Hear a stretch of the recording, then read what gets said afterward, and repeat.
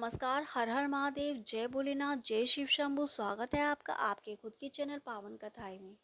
नारियल की उत्पत्ति कैसे हुई और इसके पीछे क्या कहानी छिपी हुई है, यही कहानी सुनाने आज हम आपको आए हैं। तो शुरू करते हैं नारियल की उत्पत्ति के पीछे छिपी हुई कहानी।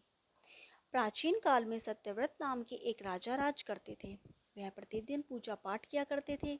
उनके पास किसी भी चीज की कमी नहीं थी। वह धन दौलत से लेकर हर प्रकार की सुविधा से समृद्ध थे। हालांकि इसके बावजूद भी राजा की एक अभिलाषा थी जिसे वे पूर्ण होने की चाह रखते थे। दरअसल राजा सत्यव्रत को किसी प्रकार से स्वर्गलोक जाने की इच्छा थी। वे अपने जीवन में कम से कम एक बार स्वर्गलोक के सौंदर्य को देखना चाहते थे, लेकिन उन्हें इसका मार्ग नहीं पता था।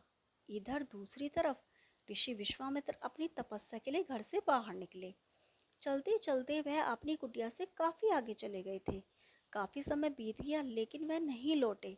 इस कारण उनका परिवार भूख और प्यास से तड़प रहा था। राजा सत्यव्रत को जब यह पता चला तो उन्होंने ऋषि विश्वामित्र के परिवार के पालन पोषण की जिम्मेदारी ले ली। कुछ समय बाद जब मुनिवर लौटे तो वे अपने परिवार को कुशल देख काफी प्रसन्न हुए। उन्होंने पूछा कि उनकी अनुपस्थिति में किसने उनकी देखभाल की। इस पर ऋषि के परिवार वालों ने बताया कि राजा ने उनके पालन पोषण की जिम्मेदारी उठाई थी। यह सुनकर ऋषि विश्वामित्र तुरंत राजमहल पहुंचे और वहां जाकर राजा से मुलाकात की। वहां पहुंचकर उन्होंने सबसे पहले महाराज को धन्यवाद कहा।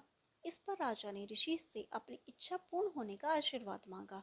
राजा की यह बात सुनकर ऋषि विश्वामित्र ने कहा, बोलिए महाराज, आपको क्या वरदान चाहिए।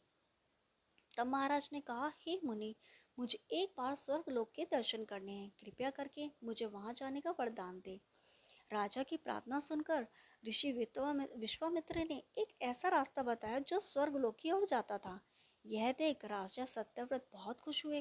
वे तुरंत उस रास्ते पर चल पड़े और स्वर्गलोक पहुंच गए। यहाँ पहुंचते ही इंद्रदेव ने उन्हें नीचे धक्का दे दिया, जिसके कारण वो सीधे धरती पर जा गिरे।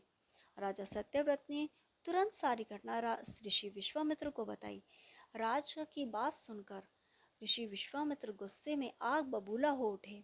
उन्होंने तुरंत सभी देवी देवताओं से इस बारे में बात की और इस समस्या का हल निकाला, जिसके बाद राजा के लिए एक नया स्वर्गलोक बनाया गया। नए स्वर्गलोक को पृथ्वी और देवताओं के स्वर्गलोक के बीचों बीच स्थापित किया गया था, ताकि किसी को परेशानी ना हो।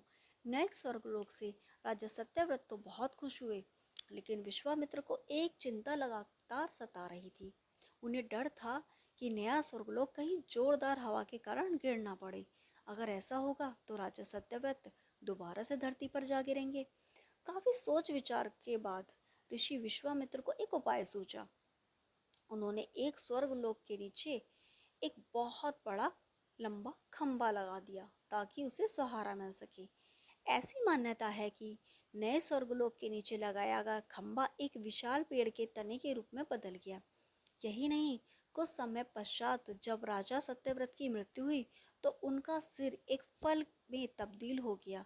तभी से इस खंबे को नारियल का पेड़ कहा जाने लगा, जबकि राजा का सिर नारियल के रूप में जाना गया।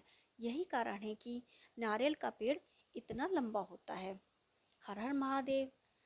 आपको आज हम नारियल की कथा सुना चुके हैं और इसी तरह की अन्य कथाएं सुनने के लिए चैनल को सब्सक्राइब करें, लाइक करें, शेयर करें।